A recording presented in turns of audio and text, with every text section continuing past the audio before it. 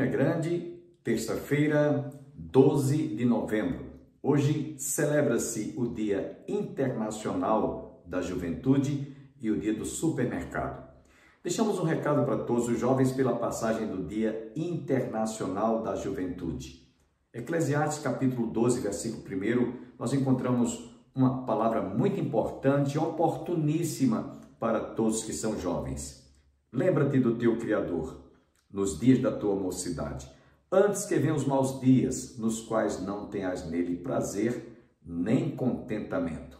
Recentemente nós realizamos em nossa igreja uma conferência da juventude que teve como título Liberta-me. E quantos jovens precisam realmente de alcançarem uma libertação das drogas, do alcoolismo, da criminalidade, enfim. Jesus é o único que pode realmente libertar aqueles que estão presos e algemados pelos vícios e pelas drogas. Outra vez estaremos ouvindo o reverendo Hernandes Dias Lopes trazendo uma palavra muito importante: respeite ou como respeitar o próximo. E ouviremos também, dentro de instantes, ainda o pastor Antônio Júnior trazendo mais uma reflexão para a nossa meditação.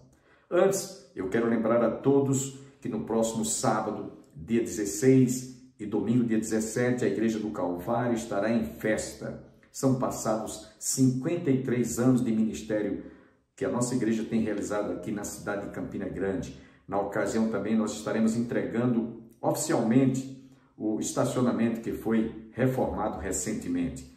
Venha prestigiar esta festa. Pregará na ocasião o pastor Jamerson. No domingo, o conjunto coral Saracale estará celebrando 43 anos de ministério de louvor na casa do Senhor. Pregará também naquela noite o pastor Moisés. Você está cordialmente convidado com a sua distinta família. Para aqueles que não sabem, a Igreja do Calvário está situada às margens do Açude Velho, confluência com o Parque da Criança, no início do giradouro da Avenida Brasília. Não tem erro. Venha prestigiar, compareça com a sua distinta família. Quero deixá-los agora com o pastor Hernandes Dias Lopes, trazendo mais uma reflexão sobre esta palavra muito importante: como você deve respeitar o próximo. Você tem respeitado o seu próximo? E o próximo mais próximo são seus pais, sua mulher, seu marido, seus filhos, seus parentes, seus vizinhos, seus colegas de escola e de trabalho, até seus inimigos. Você tem lidado com eles como você gostaria que eles lidassem com você? Você tem respeitado o direito que eles têm de pensar diferente de você? De ter gostos diferentes? Você tem respeitado a vida deles, a honra deles, o nome deles, os bens deles? Semana passada eu estava indo para o aeroporto e o carro que estava na minha frente tinha acabado de ser agredido. Uma pessoa pega uma pedra e quebra o vidro do caronista e arranca o celular da mão dela. É um desrespeito à vida, à honra, à liberdade, aos bens. Vivemos nessa sociedade do forte oprimindo o fraco, da delinquência tantas vezes protegida, resguardada, onde parece que os criminosos têm muito mais direitos do que os cidadãos que acordam de madrugada, pegam 1, 2, 3 transportes para chegar no trabalho com as mãos calejadas.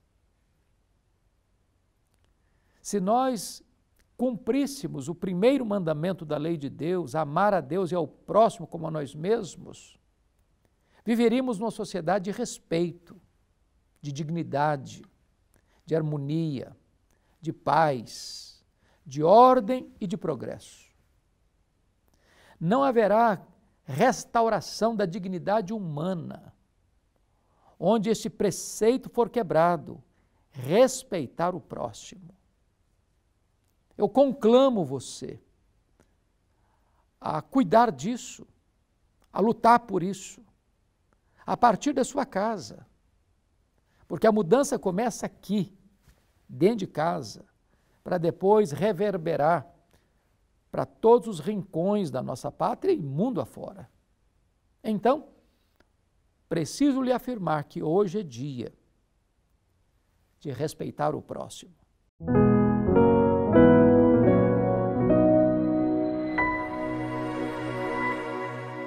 Filipenses, capítulo 1, versículo de número 20.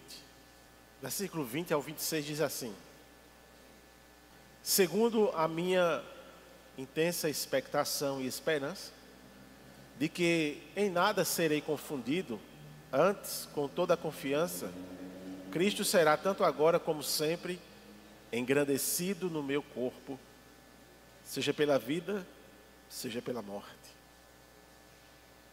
Porque para mim o viver é Cristo e o morrer é ganho. Mas, se o viver na carne me der fruto da minha obra, não sei então o que devo escolher. Mas de ambos os lados estou em aperto, tendo o desejo de partir e estar com Cristo, porque isto é ainda muito melhor. Mas julgo mais necessário, por amor de vós, ficar na carne. E tendo esta confiança, sei que ficarei e permanecerei com todos vós para proveito vosso e gozo da fé, para que a vossa glória cresça por mim em Cristo Jesus, pela minha nova ida a vós. Irmãos, se nós fôssemos questionados se a gente quer viver ou morrer, sem hesitar, a gente diz: eu quero viver. No entanto, o apóstolo Paulo, ele vai apresentar nesse pequeno texto uma perspectiva um tanto, eu vou chamar de revolucionária. E também uma perspectiva inesperada.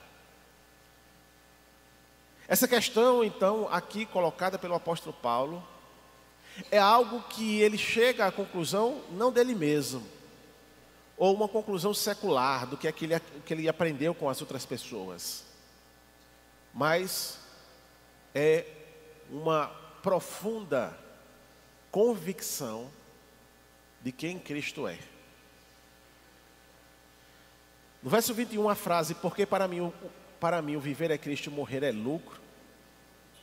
A gente percebe o quanto o nosso viver deve refletir a realidade de uma vida regenerada. A vida de uma pessoa que foi encontrada pelo seu Criador e que agora vive sob o lençol do amor de Deus.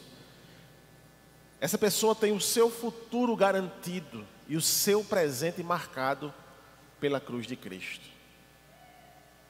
Mas infelizmente, o que nós percebemos é que sem esse lençol, a vida é recheada de desafios, e o desafio sobre a morte, a incerteza da eternidade.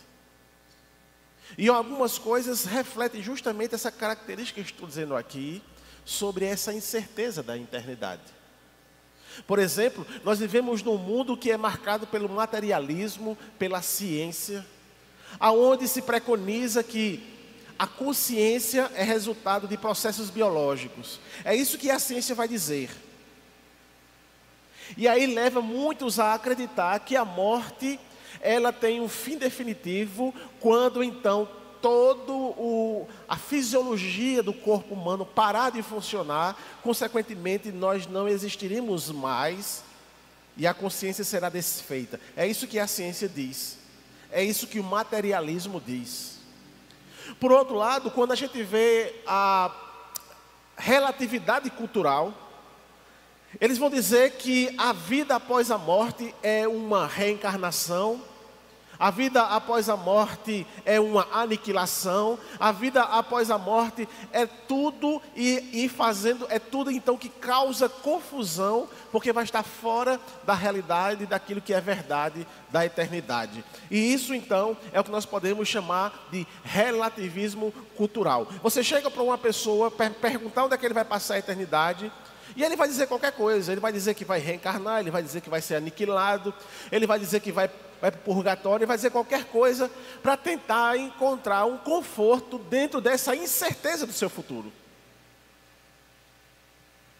Há aqueles que preferem então enveredar por uma expectativa de um desenvolvimento tecnológico ao ponto de que a tecnologia o ajude a conservar ele em vida.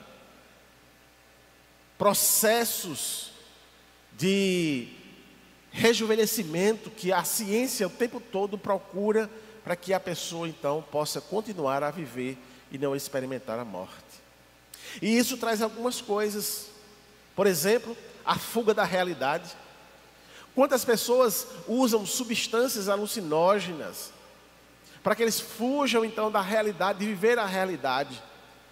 Muitos procuram então resultado até mesmo na superficialidade do entretenimento, de experiências, tudo isso para fugir daquilo que é real. E aí suscita o que a gente chama de crise de sentido. Porque quando você tem uma vida que não tem propósito claro, ou de uma narrativa coesa sobre a vida e a morte, leva muitas pessoas ao chamado niilismo, onde as pessoas se sentem desmotivadas e desinteressadas na busca de significados mais profundos. É aquela coisa, não, eu vou viver do jeito que a vida me colocou para viver. Muitos sentem medo e solidão. E o medo e a solidão são incertezas, ou são provocados pela essa incerteza do que acontece após a morte, gerando ansiedade em relação ao futuro, em relação a relacionamento com outras pessoas, e provoca também danos à nossa consciência, o que a gente chama de saúde mental. Essa incerteza da eternidade causa e afeta a saúde mental, resultando em transtorno, depressão e ansiedade, especialmente em momentos de crise ou de perda pessoal. Agora, diante desse texto que nós lemos aqui, o que a gente pode cravar diante do que Paulo diz, porque para mim o viver é Cristo e morrer é lucro, é que essa declaração, ela desafia nossa mentalidade moderna. Ela desafia aquilo que é preconizado nos dias de hoje. Essa mentalidade moderna, em que a morte é geralmente vista com medo e o viver muitas vezes é perseguido com objetivos meramente terrenos, o que significa então fazer de Cristo o motivo da nossa vida e entender a morte como um ganho. Como entender isso? Como então viver essa realidade? Como desafiar o pensamento moderno? Como desafiar o pensamento da maioria das pessoas? Como viver essa realidade aqui? Como então eu apenas deixar de falar essa frase que é bonita? Para mim o viver é Cristo e o morrer é lucro, aleluia, glória a Deus. Mas definitivamente viver isso, sentir isso, crer nisso. O que significa então fazer de Cristo o motivo de nossa vida e entender a morte como um ganho? E eu penso que esse texto ele nos responde. Essa verdade profunda aqui no exemplo de Paulo vai trazer então essa resposta. Mas primeiro eu preciso lembrar a você que Paulo, ao escrever essa carta, ele confrontou alguns que pregavam Cristo por inveja e rivalidade. Paulo, ele, no contexto de ministério, ele disse que muitas pessoas estavam sendo levadas a pregar a Cristo por sentimentos pecaminosos. A inveja era um deles. A rivalidade era outra, onde havia uma competição desenfreada.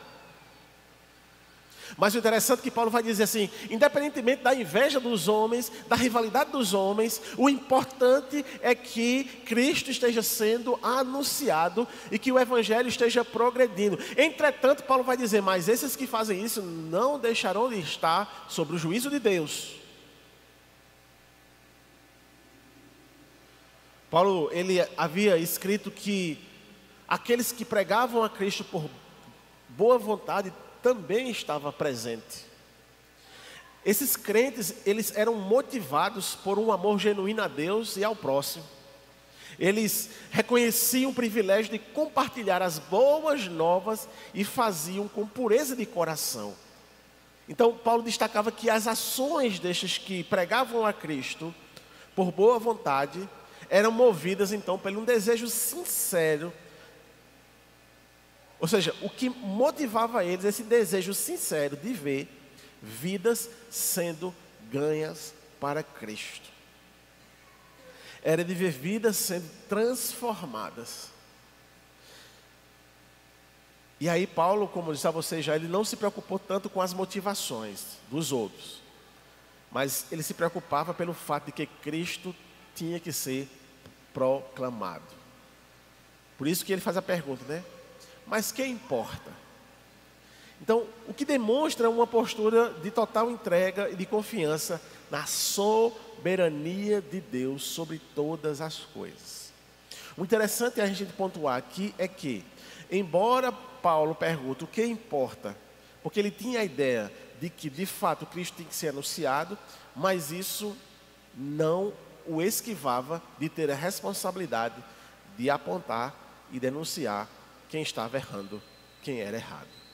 E a atitude de Paulo reflete uma profunda compreensão dessa soberania de Deus. E ele sabe que Deus pode trabalhar através de qualquer situação para promover o seu reino. Isso nos dá uma ideia também que, independentemente da carreira daqueles que pregam a Cristo, a mensagem que essa pessoa pregou jamais deixará de ser verdade. O pregador ou o mensageiro, ou aquele que anuncia o Evangelho, pode ser reprovado, mas a mensagem jamais é reprovada. Amém, meus irmãos? E aí, nesse texto de hoje, especificamente dos versículos 20 a 26, nós vamos refletir naquilo que muitos ainda não tinham, na verdade, clareza. Muitos dos irmãos em Filipos não tinham clareza, que era a questão da vida e da morte. E frente à realidade do Evangelho, define questões eternas que Paulo passa, então, a ensinar. E a primeira questão, então, que Paulo destaca, é que a vida só tem sentido se for vivida em Cristo. A ideia aqui, do versículo 20 e versículo 21, é que a centralidade da existência de qualquer crente é absolutamente Cristo. E unicamente Cristo. Segundo a minha intensa expectação, ou seja, Paulo criou expectativa, ele tinha esperança, de que em nada, serei confundido. Antes, com toda a confiança, Cristo será tanto agora como sempre, engrandecido no meu corpo, seja pela vida, seja pela morte. Porque para mim viver é Cristo e o morrer é ganho. Paulo, em sua prisão, ele reflete o significado da sua vida. Ele não vai discutir o porquê foi preso, se ele é inocente, se ele é culpado. A centralidade dele, de fato, é Cristo. E ele vai, então, falar para aqueles... Ele não vai chorar para o povo. Ele não vai se lamentar, ele não vai murmurar. Ele vai dizer o sentido da vida dele. Ele vai dizer aquilo que é o centro da vida dele. E por mais que ele esteja preso, mesmo preso, ele está preso porque o centro da vida dele é Cristo.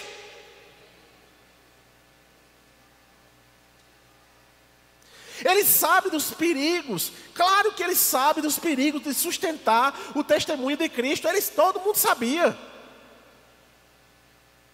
Paulo, ele é um ministro aprovado, direcionado, convicto da realidade eterna. E a sua principal preocupação não é absolutamente a sua segurança, mas sim glorificar a Cristo. Isso faz toda a diferença na nossa vida. Isso faz uma diferença, irmãos, definitiva. Em todo o aspecto daquilo que nós vamos pensar, daquilo que nós vamos praticar, daquilo que nós vamos viver. Ter Cristo dentro da centralidade da nossa vida vai fazer toda a diferença, não só na nossa vida individual, mas no coletivo da igreja, na sociedade, aonde a gente for. Irmãos, esse texto aqui é um daqueles textos centrais para todo crente, para ele entender o sentido da vida, para entender aquilo que faz de fato a diferença na sua vida. Paulo, ele expressa o desejo de quê? Quer pela vida, quer pela morte, Cristo seja engrandecido em seu corpo. É a ideia do sacrifício. Ele doou o corpo dele para Cristo, para que Cristo faça o que absolutamente ele quer. Aleluia! E é isso que faz sentido na vida de todo crente. É ter a consagração ao Senhor, é se consagrar ao Senhor.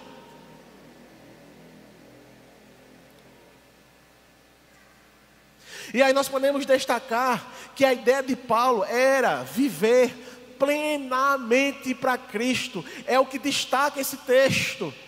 A tensão que o apóstolo vivia entre o desejo de continuar a sua missão terrena e a aspiração de estar com o Senhor.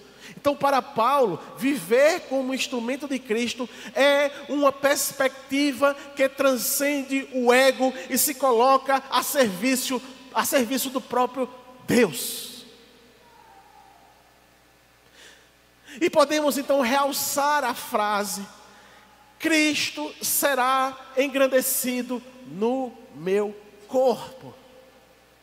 Paulo está dividido entre a atração de estar com Cristo, de que ele vê que é uma coisa muito boa, muito melhor, e sua responsabilidade com os filipenses e o trabalho missionário. E aí é interessante que faz com que você tenha uma consciência boa diante das pessoas. A consciência de que você não tem medo da morte, porque a morte é uma promoção. Entretanto, você não seja um moribundo desejando a morte como um suicida, mas tenha certeza que enquanto não morrer, a sua vida é vivida para Cristo, dedicada às outras pessoas. Amém?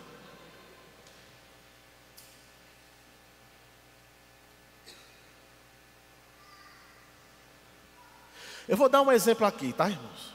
Me perdoe aí eu citar o nome dele. Mas às vezes, quando eu estou conversando com o pastor Bosco, ele diz assim: rapaz, eu não sei fazer outra coisa a não ser pastorear. O que é que eu vou fazer se eu não pastorear? Vou plantar batata?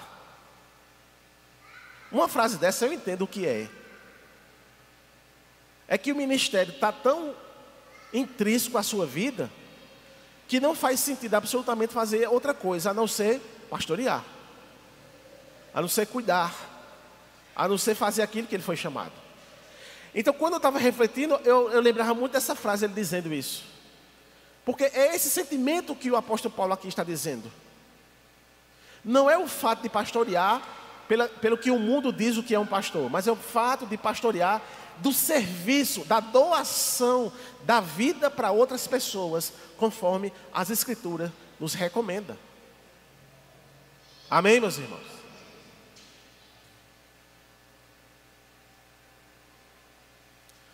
Agora a gente pode fazer algumas perguntas em cima disso. A primeira delas: será que Cristo é o centro da sua vida? Como você pode ajustar a sua vida para que Cristo seja o motivo de suas ações, decisões e prioridades? Ser cristão não é adicionar Cristo à nossa rotina, mas é torná-lo o motivo de tudo o que fazemos.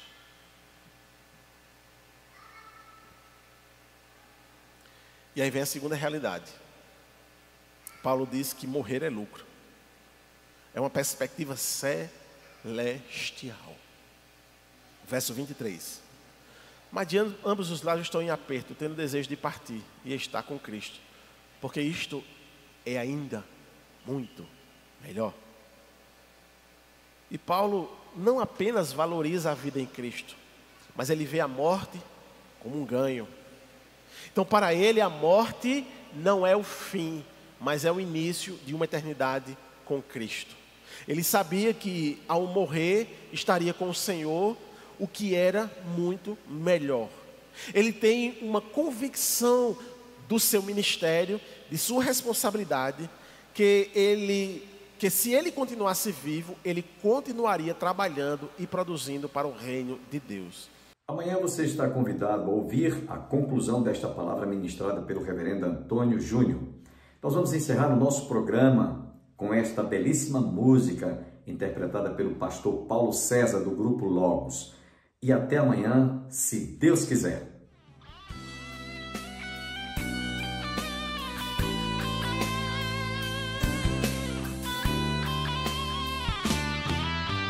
Quem tem posto no arado não pode mais olhar para trás, pois quem no arado põe a mão, trabalho certo e perto, tem serviço e profissão.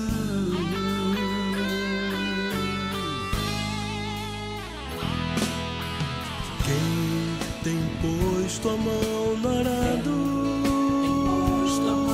não pode mais olhar para trás, pois quem no arado põe a mão, trabalho certo e perto, tem serviço e profissão.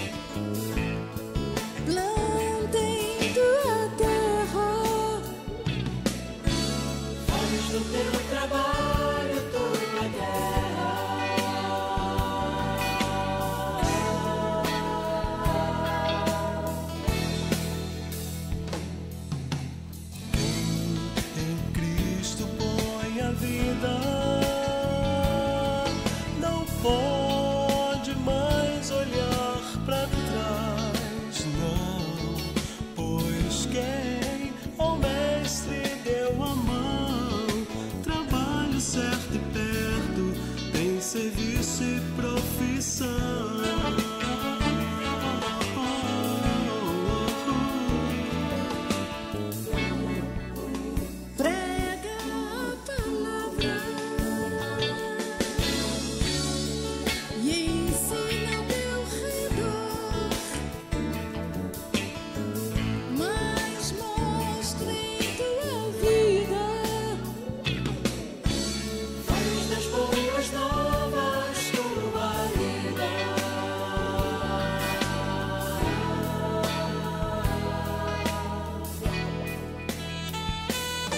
Pois quem tem posto a mão no arado não pode mais olhar para trás, pois quem no arado põe a mão, trabalho certo e perto, tem serviço e profissão.